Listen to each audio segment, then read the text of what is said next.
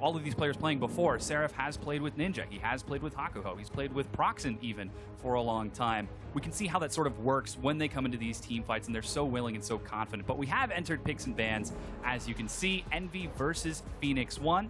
Zyra, Azir, and Ryze banned away right quick as Vladimir and Swain are already taken away from EnVy. Yeah, significant amount of solo lane bans thus far. Interesting how Phoenix1 has just decided to ban kind of the sustain tanky laners, so to speak, with Vladimir and Swain early, but they obviously leave the jungle up, and Procxin has always been willing to go over to Nidalee, even with the nerfs now. Yeah, insta-locking that for Procxin. Kindred is still available for Zentinel, so we'll see if he decides to answer with that, as Phoenix1 looking for their first picks in this set. They saw a lot of success yesterday with the sort of disengage poke composition with that Varus and Zyra, but Zyra's already gone. And yeah, there's the Kindred lock-in for Phoenix1. Yeah, and it also kind of speaks to me that they don't have many other power picks that they would want to go for if they already lock in the Kindred, since with the Nidalee being locked in on EnVy's side, they did not have to rush that pick whatsoever. So they didn't feel like Maokai would be a necessary pick for Zig right off the bat, even with some top lane bans, or Karma for that matter, who's been banned against a lot of teams, and they instead just kind of give that stuff over to EnVy in order to pick Kindred early, which I think was unnecessary. Yeah, the Lissandra and Karma now locked in for EnVy. The guys at the analyst desk hit on this a little bit earlier, but EnVy, Seraph and Ninja have such deep champion pools. They can throw so many strategies at you. Well, right now, they look like they're moving into this strategy pretty quick and confident. Yeah, and both of them have played Lissandra this split alone, only in 3 sets. So Seraph was able to win with against TL, and Ninja won with it twice against Energy. Phoenix1 will have no idea where that Lissandra is going. Yeah, right now Phoenix1, 20 seconds left on their next picks. Pyrian and Slooshi taking their time as they're looking for those next two. Once again, Slooshi returning to that Sivir that gave him success in his win against Cloud9. We'll see if he's going to be able to make it work. Looks like we are running into a little bit of a delay on the champion select graphic, as Bard and Irelia have just been locked in. Exactly, the lock-in, as you say, Bard and Irelia for Phoenix1, so we'll get that fixed as soon as possible for you guys. The Irelia, honestly, I think is a good matchup into Lissandra, so you can see the picks and bans on screen right now. EnVy, I would guess, would pick a different top laner to go up against the Irelia, and then would shift the Lissandra down into the mid lane. Yeah, so this is where EnVy shows their strategy. Looks like Phoenix1 are saving that counter pick for Pyrian, who was previously known for his assassin play. So that could be a bit of an opportunity. Might be a little tough against Lissandra because Renekton is locked in. Oh, and this is exactly what we talk about. EnVy either picking to counter the opponent very well, or taking the champions away from them. This is an example of potentially a counter pick. Renekton versus Irelia is a very old matchup, and we really haven't seen many players play Renekton in the top lane in quite some time. Really have to go back to Worlds last year when we saw a little bit of Renekton play. So yeah, excited to see Seraph play Renekton right into Zig's Irelia. Yeah, that's going to be a very fun matchup in the top. Zig kind of has been in the top lane for quite a while, hopping around a bit. Gate giving us the old Teemo hover before he decides on what he's going to settle for Pyrian. Looks like it will be that Viktor lock-in. So once again, keep it safe, keep that disengage option open. Exactly, and also keep a strong team fighting presence, and also something that can hopefully push out the lane fairly well. Like, that's one thing. Lissandra would love to roam a whole bunch, but it is always difficult to roam against Viktor, because once he gets level 7, he can clear the back wave of minions with a single E. Yeah. Makes it very difficult. Also, Pyrian obviously has to bring cleanse against Lissandra to try and make ganking less efficient, which kind of puts all the eggs into Phoenix1's top lane, where Zig and Zentinel are going to have to try and get going, making Seraph's Renekton pick all the more ominous, because that's a really hard champion to push out of lane. Yeah, it certainly is. And this does also, talking about that a little bit more, the wave clear for Phoenix1 is actually pretty phenomenal. It's a great way to deal with the fact that EnVy control their side lanes so well. Yeah, and this is somewhat similar to where Phoenix1 was actually able to take a game off of Cloud9 yesterday, because in that game they had the Varus in the mid lane and the Sivir, so even though Cloud9 could jump out to an early lead, Phoenix1 was able to keep their waves pushed long enough to delay the game until they could eventually start winning team fights. So I think it's smart of Phoenix1 to continue to pick strong wave clear. Yeah, and we'll see if that's going to be able to transition them into the late game safely enough. Now, rock the vote and declare your favorites to win this series. Tweet with hashtag EnVyWin or hashtag P1Win. And we'll tally those as we get ready and load onto the Rift. Envy looking to start off their first 2 weeks in the summer split 4-0. By the end of the day, they'll be one of two teams if they can do it. And we load in. While Phoenix1 on the other side, still looking for that first match win. Yeah, if you're an LCS fan, I really hope you either have a way of watching two streams on the same monitor or you have two monitors to watch these games because technically we have the first, second, and third place teams early on in the LCS all playing at the same time. TSM and Immortals is over on NALCS 1, Envy and P1 is right here. So I know who you will be listening to if you are a cool person. So thank you for sticking around, but both streams are definitely great to watch right here. Yeah, they certainly are. And now we see the first spear has been thrown by Procxin. No hesitation as he actually tosses that out. Actually, he did start. Oh, Slooshi gets caught with the exhaust and is forced to flash. Ninja's actually coming into slow lands. There's a heal. He has no flash. Ninja is actually chunked down to half. Yeah, Hakuho did burn his exhaust, but that's still a highly positive trade for Envy. That was an example of Slooshi and Gate just not being completely on the same page. They were looking to get an early invade for a ward to potentially stop the Krug take, but Slooshi just went way ahead of where he needed to be, and Hakuho and Lod had rushed down to that spot to be able to beat him to it. Yeah, I was expecting a slower start to this game, considering how we were talking about Phoenix1 with the wave clear. Want to try to wait until that mid-late game for those team fights, but already Envy are saying, no, we're not going to let that happen. As looks like we might be seeing a lane swap going on. Lod and Hakuho heading towards that top side of the map as Slooshi and Gate on recall have already made their way to that top side. They're spotted out by a ward, though. Yeah, it's potentially a called lane swap. Obviously, Lod and Hakuho would be spotted up by this ward. He's just looking to stop the early jungle, and this could be disastrous because he's going to be walking towards the lane and doesn't recognize he walked through that ward. He's also down exhaust already. Oh, wow. He gets stunned against the wall. There's Ignite. He's forced to flash. He's going to come into this lane just about 100 health, but Lod didn't use his heal. Yeah, nobody has many summoner spells at this point. We're now down to one summoner spell for Phoenix1 because they used their Ignite on Hakuho, and Hakuho also had to use his flash, so it's just Lod. I liked actually how Lod salvaged that play. He very quickly moved up to threaten damage on Slooshi so they couldn't chase Hakuho for the kill. That also made it so he didn't even have to use his heal. So even though Hakuho took a very dangerous path through that jungle, isn't super punished for it outside of burning his flash because he doesn't have to back. He has enough health potions and he can sustain back up.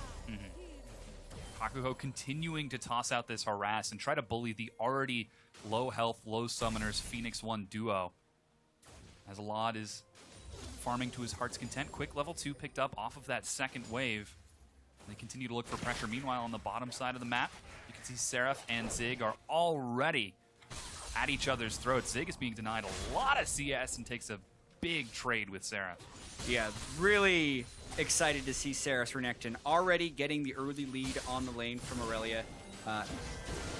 And as the aggression is really pushing in both lanes, so much is going to be on Zentinel to try and push these guys back. But to speak to Seraph individually, when Renekton is free to sit and auto-attack the lane, his rage can build up so much faster, which is just making him more of a kind of a snowball-y bully in lane, since the empowered versions of his spells cost 50 Fury, and every time he auto-attacks, he gains a little bit of that Fury. So when Seraph is able to stay up in the lane like this, it just makes it all the more punishing for Zig. Yeah, Zig getting the better of that trade, though, as he's able to get a minion and back away. Zentinel, a little faster on the clear, is going to be able to secure his first Scuttle Crab, and I believe that was the first Hunt mark being secured. Procxin just a bit slower on this as he started off with the double buffs as well. Yep. You are correct. One mark of the Kindred for Zentinel, and Procxin can't really fight the Kindred straight up unless he lands a spear from Fog of War. Even so, by catching him in the river there, he does allow his side lanes to maintain aggressiveness for at least the next little while. Seraph will be safe to push up this wave, but then would have to back away if he is respectful of the gank, which he's not being. I think he wants to kill Zig or at least threaten him off of CS. Oh, Zig takes some big damage, and Seraph takes a turret. He's in a lot of dashing trouble now. away. Here comes Zentinel. Seraph is overextended. Oh, let's see if he can turn this around onto Zig. He gets some good damage. The stun is going to land. He's still got his flash, though. Can Zentinel finish it off? First blood, Zentinel. Yeah, and that's punishing Seraph's aggression. He should have recognized the timing of Zentinel and that he could have been all the way pathing towards the bottom side, since they did see him in the top side of the map. But a lot of time, when you're winning the lane, you can kind of get lost in your lane dominant style and not expect a Kindred to actually just run all the way through river, give up farm just to kill you. When he used his slice and dice during the harassment trade, it just gave Zentinel free ability to walk into that lane and get the kill. Oh, another spear lands for Procxin. Oh, this is a big wave showing up, and there's no support. Misses that one, though. Yeah, they're definitely going to try and dive this. There's no... Zig could teleport into help. Oh, it's a double teleport. Slooshi's the target. He goes down to lot. They're trying to juggle aggro. Procxin flashes out. It's 2 kills, but Zig is able to catch up. Yeah, so that's about as good as Zig could have done in that situation. Slooshi and Gate have been getting poked down very heavily by Procxin, and good reaction overall by Procxin to go and harass the top lane, as Zentinel had walked all the way down to the bottom side for the gank, especially since they knew that Zentinel would have had to forego a lot of farm to do that. It's most likely Zentinel was in a farming pattern instead of then running all the way back up to the other side of the lane.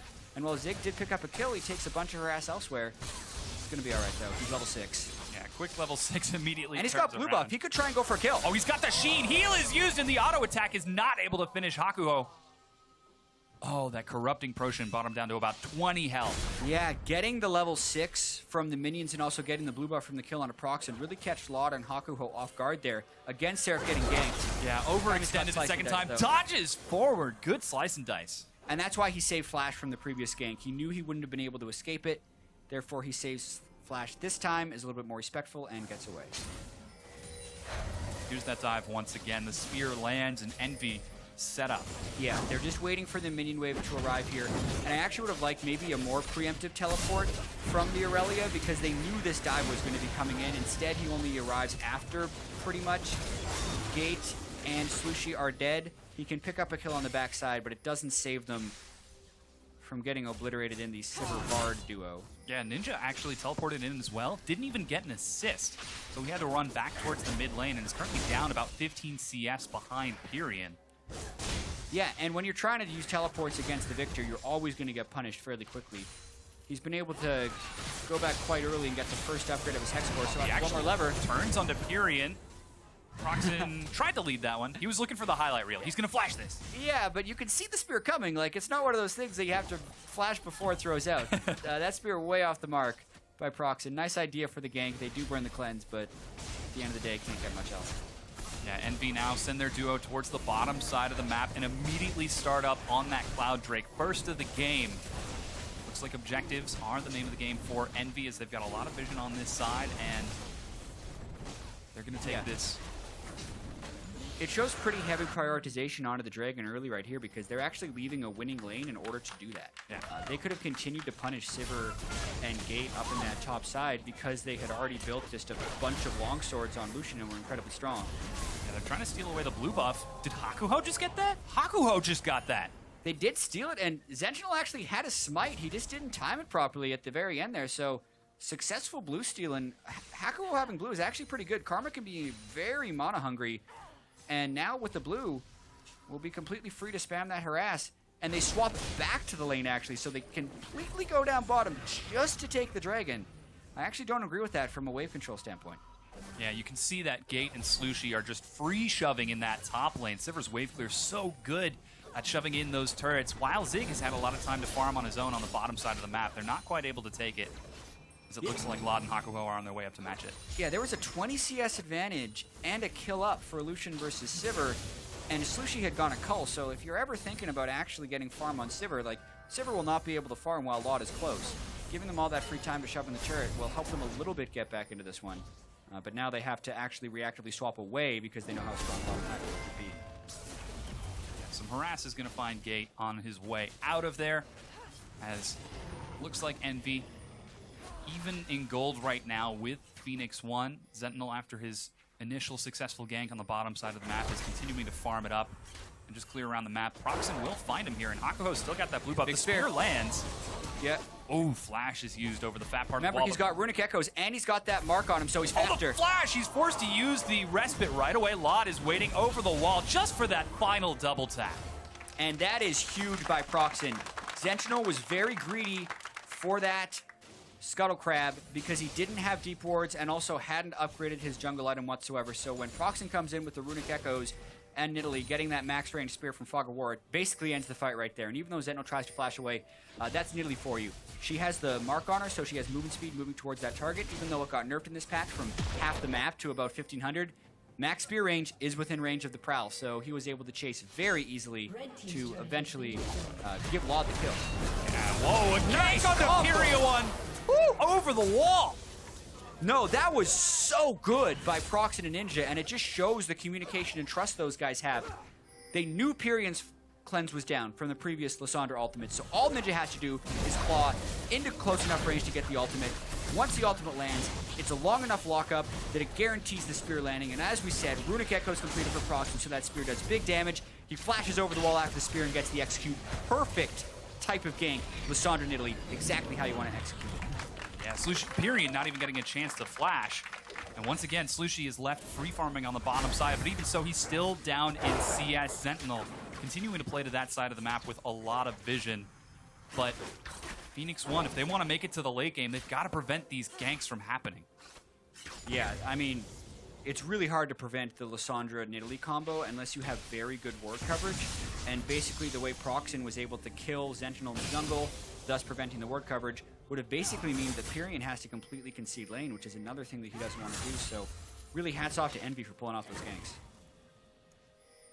Yeah, that's a quick 2,000 gold for EnVy. After those 2 kills, give them another advantage. Procxin boldly invades forward. Another spear lands. And there's the Chaos Storm. A lot of damage onto Hakuho. Gate gets revenge as he catches up the Tempered Fate. Wow. Narrowly misses Procxin Ninja. Yeah, definitely a roam that Hakuho was a little bit too ambitious with. They were still missing the Lissandra ultimate, so they wouldn't have actually been willing to take a fight if they run into people. So therefore, when they ran into people, Pyrian just burst them down. Yeah. Still doing a lot of damage with that upgraded Hex Core. Finally level 9, so we will be able to clear waves nice and safely should we see Ninja roam. Yeah. He can actually clear that wave at level 7 now with the change Viktor. That was one thing that happened with Viktor, is like back when he was super dominant in the LCS, he could do it at level 7. Then he got nerfed a little bit on his death ray damage. And then when they changed Viktor, the laser is now faster and the pass-through damage arrives slower, but is a higher number. So it's actually harder to land on champions, easier to land on minions. So he can clear the back wave of minions at level 7, which is one of the reasons he's regained prominence in the game. We'll have to see if Pyrian can continue to keep pace with Ninja as he clears out those waves and tries to keep up. Ninja continuing to shove in, and you can see Pyrian playing back. He doesn't have a lot of vision on that top side of the map, so he doesn't want to get caught by any Arai Nidalee spears once again, as it looks like Zig is actually taking a rather defensive stance on that top side. Yeah, Renekton is really scary, especially when he gets his ultimate. Unless a minion wave is there for Zig to actually heal up on a little bit more with the Irelia ult, it's hard to duel the Renekton. Procxin gets caught in invade, though. Oh, man, stun over the wall. Didn't have to leap on cooldown. Yeah, 2 over-eager plays there by EnVy, but Seraph now, being eager by himself, is trying to go for solo kill. Yeah, you talked about having that ultimate. He uses it just to bully Zig out of lane. I guess that explains why he was playing so far back. Yeah. We know Renekton is very, very strong. He's a level down and also a sheen down, but still can just go at him with the ultimate. Now that the ultimate is down, though, he's got to be a little bit more careful, and you can see Zig really able to pick up the CS. Yeah, just dashing around.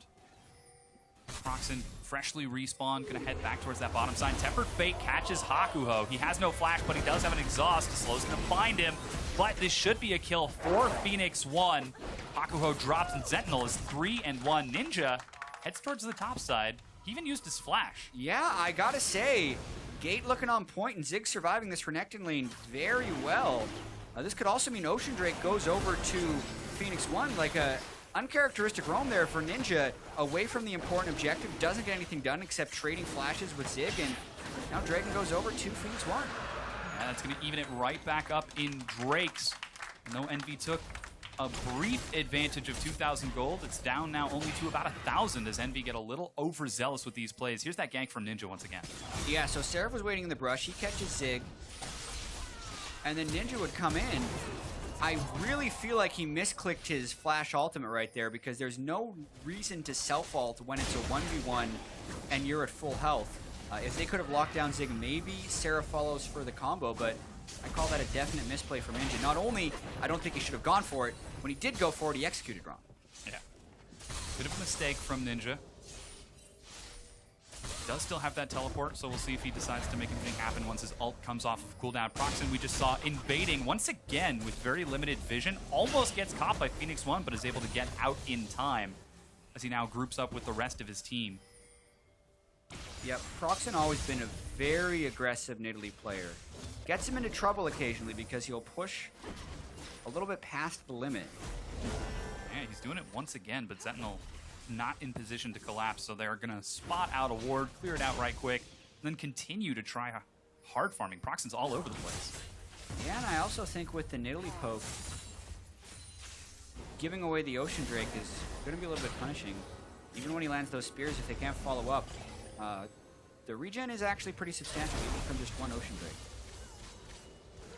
Yeah, so Phoenix1 feeling good about that. The next Drake, as you can see, will be Infernal. Ninja's clearing a pink. He's going to take some damage, and Ninja dodges the Chaos Storm, but there's no follow-up. Here comes Zig. Ult is used defensively. Let's see if he can get out of this, or possibly even turn it as Hakuho tries to catch up. But Zentinel should be able to zone this away. Here comes Laud along with Procxin. The spear is ready, but not willing, and that's going to be Phoenix1 getting out. Yeah, really fun duels you can see between Viktor and Lissandra right here. With the new Chaos Storm, it doesn't do the burst damage, but it does a lot of damage over time, so Ninja does have to respect it if he doesn't instantly kill Pyrion with the burst. And nice use of self-ult right there as the fight persisted. Yeah, once again, you can see Phoenix1 and EnVy fighting over that vision. Procxin trying to get deep into Phoenix1's jungle and just invade and deny Zentinel as much as he can. But the Tempered Fate is going to scare Phoenix1 away after they clean out that ward. Now Procxin heads towards the bottom side. Quick sweeper lets him know he's safe. Yeah. Also have to point out, Phoenix1 have more vision tools this game. Not only have they kept 3 of their warding totems as compared to the 2 Farsight totems, which have a longer cooldown and the wards don't last as long, because they can get one hit killed. There's also a Tracker's Knife on Zentinel versus a Challenging Smite for Procxin. So just more wards can be placed on the map for Phoenix1. Yeah.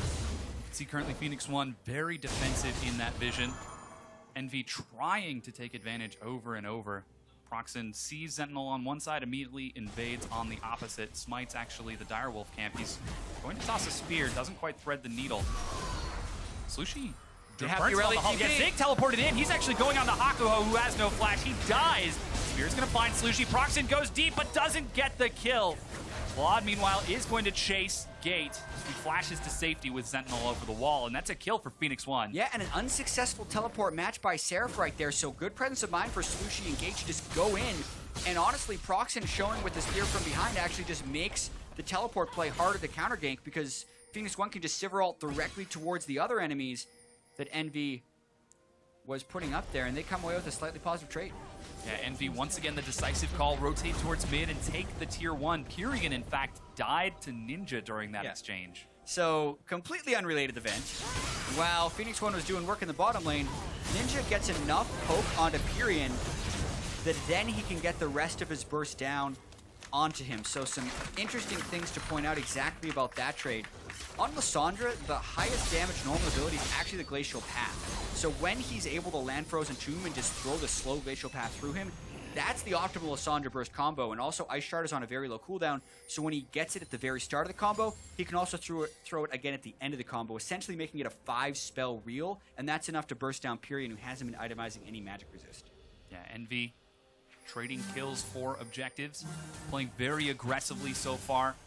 They want that 4-0 weekend, and they're looking to start it off with a win right here. But Phoenix1 making a quick rotation with 4 members mid.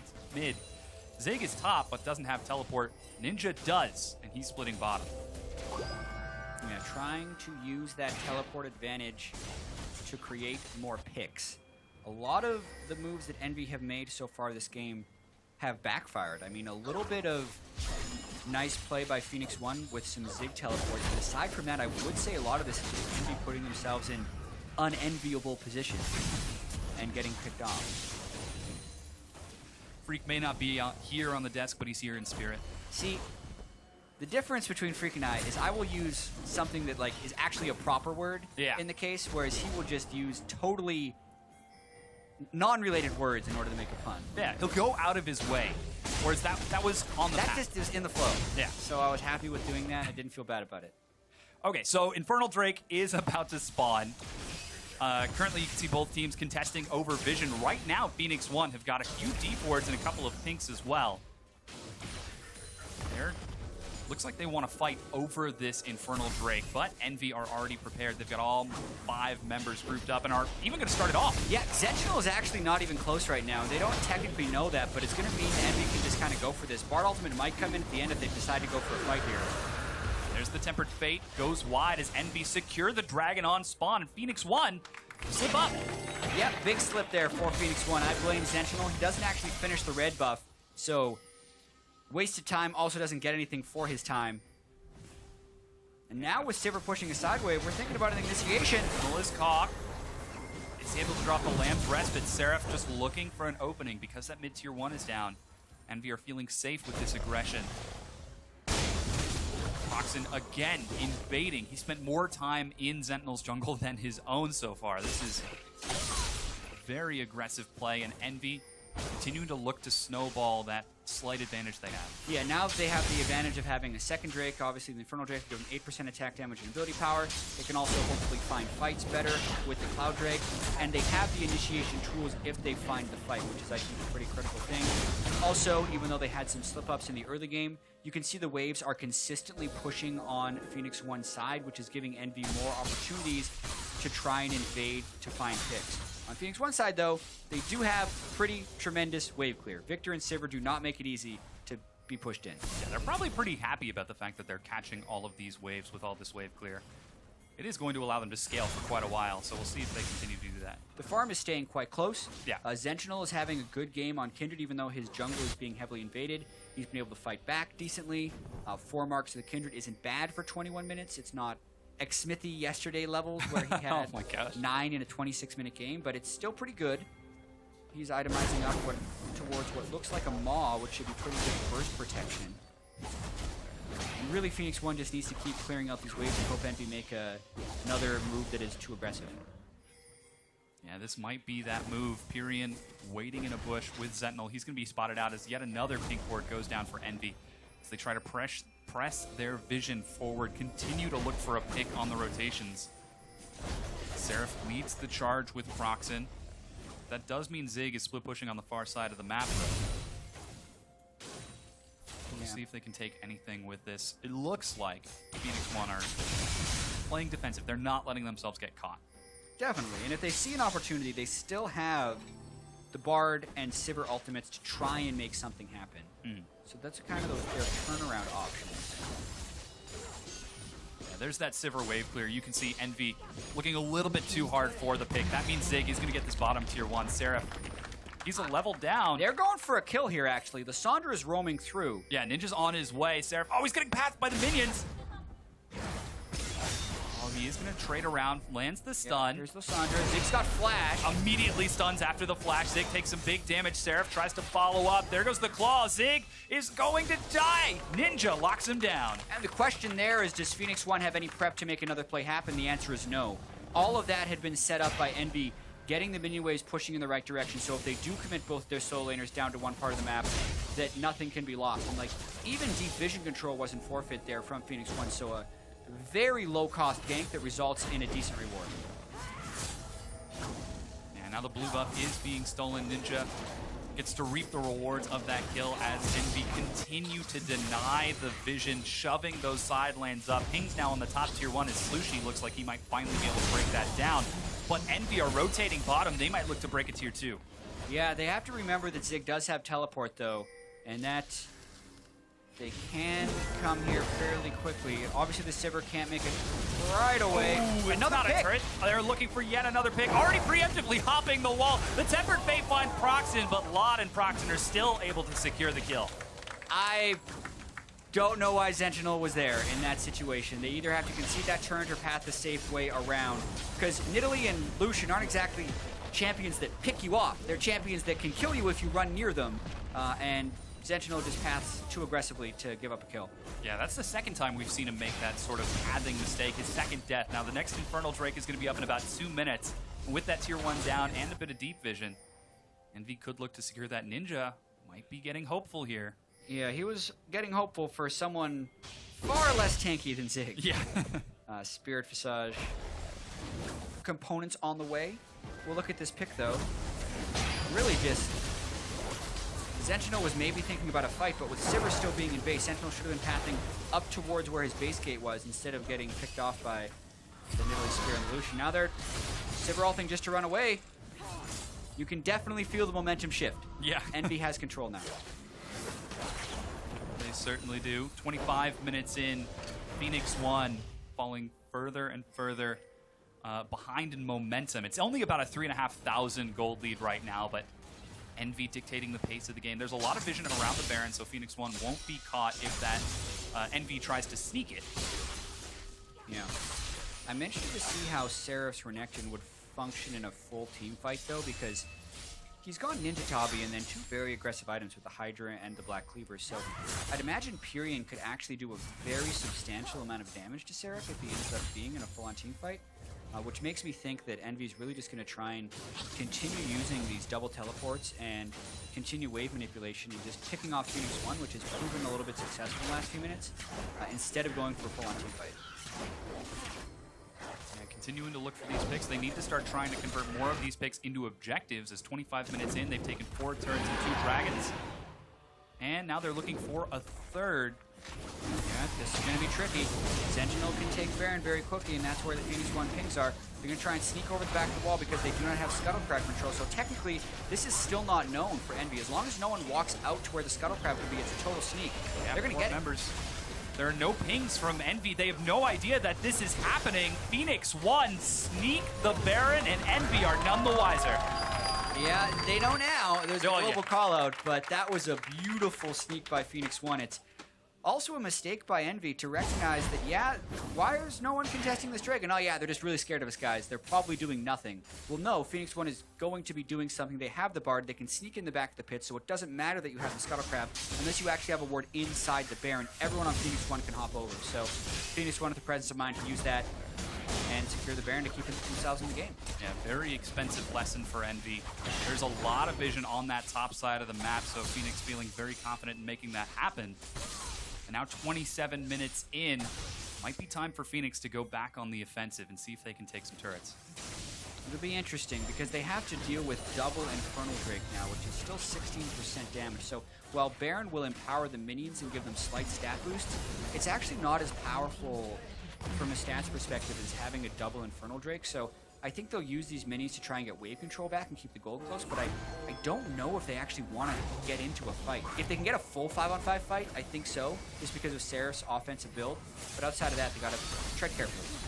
Yeah, Phoenix freshly emboldened are going to look for this top tier 2 turret. EnVy a little bit split in their defense, but they're able to hold it together and keep the turrets standing. As Phoenix1 don't want to overextend, they're actually waiting in a bit of a death bush for this try. Yeah, they're hoping that someone would randomly walk up there. The minions aren't going to give it away. There are the recalls. EnVy know when to play defensive, and they keep it safe. And a couple big item buys from Phoenix1 to make use of all that new gold. Yeah, and I also think Slooshi is moving towards Infinity Edge. Sivir really turns on when you can get Infinity Edge, Essence Reaver, and a Zeal item, whether it's Static Shiv or Phantom Dancer. And with that Infinity Edge completing, he'll be able to get a lot of Ricochet crits, whereas you look at Laud, he's pretty much at his 3-item point.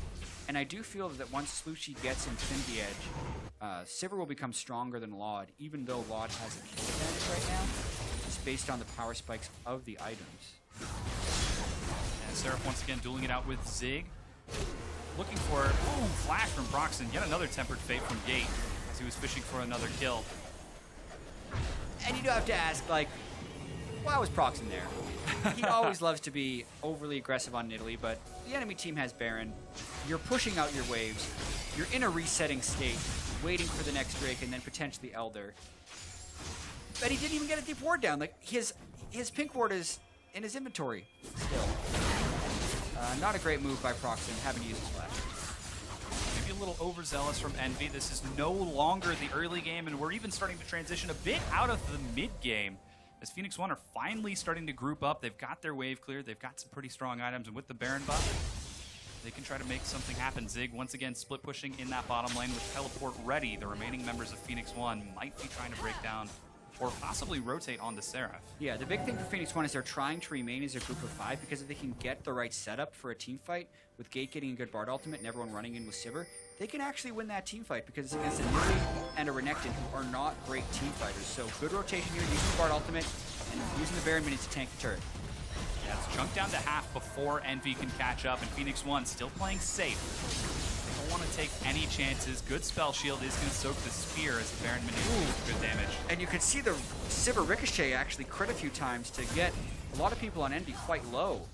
No Ocean Drake on their side, just the Nidalee heals to keep people up, and Procxin actually running a little bit low on mana. So when the next wave gets here, Phoenix1 is going to look to Ricochet again and maybe get the rest of that turret.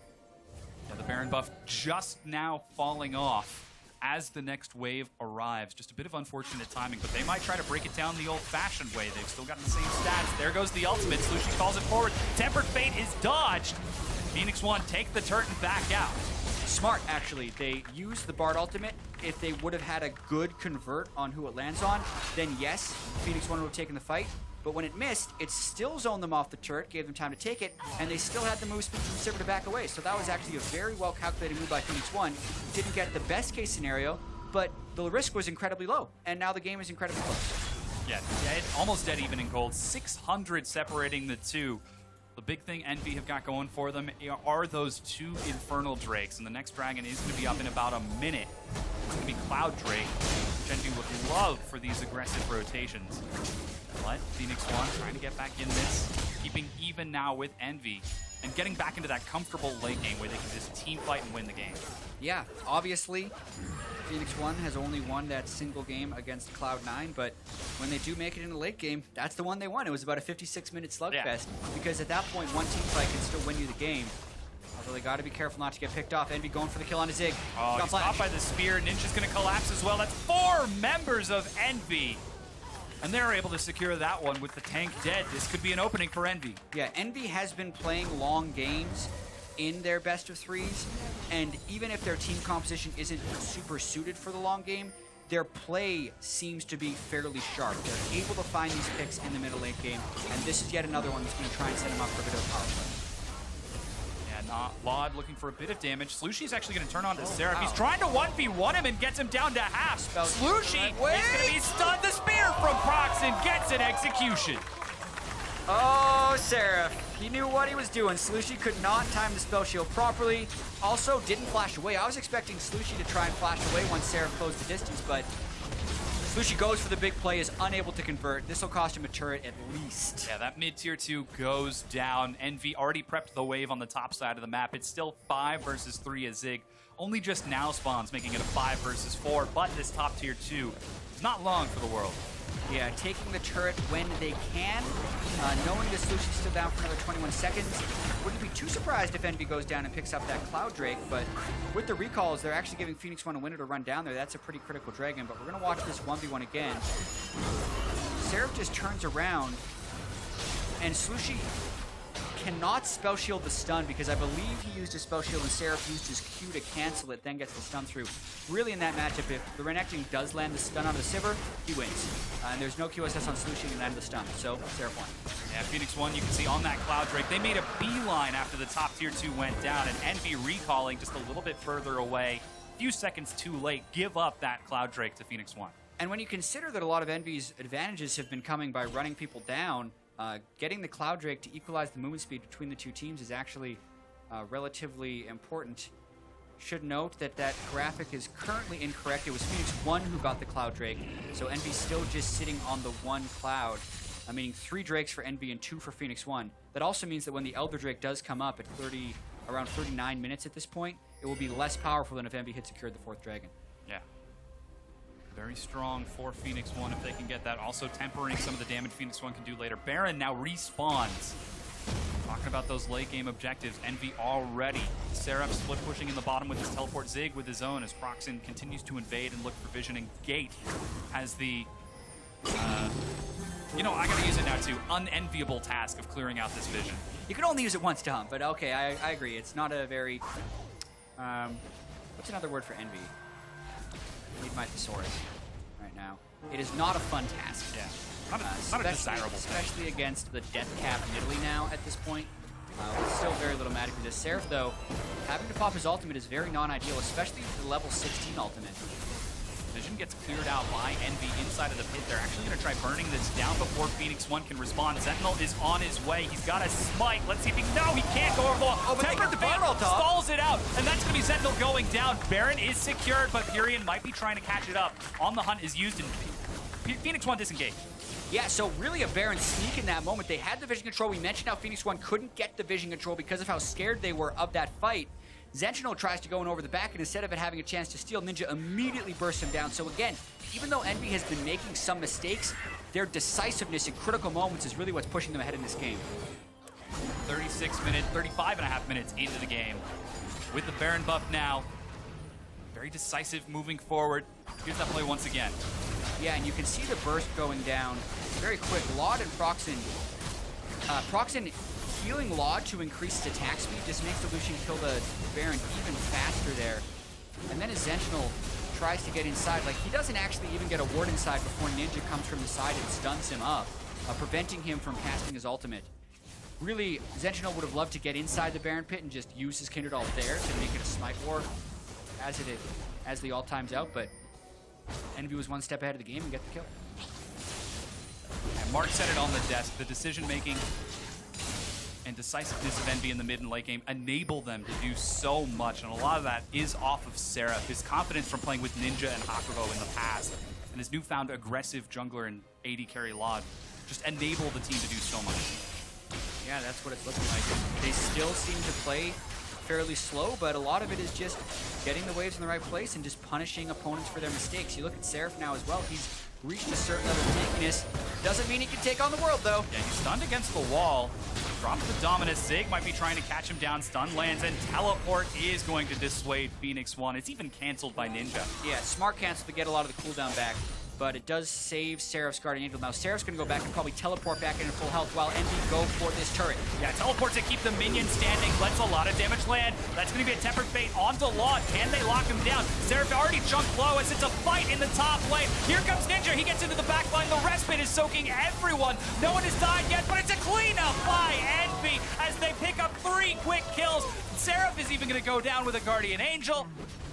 Ninja did fall after getting off a wicked self-ult on Lissandra, but Purion's sustained damage was pretty substantial, and Envy is going to try and keep pushing this one through, but they got to be careful. Yeah, they're finally able to drop the inhibitor turret despite Purion trying to clear the wave, and Envy walk away successful.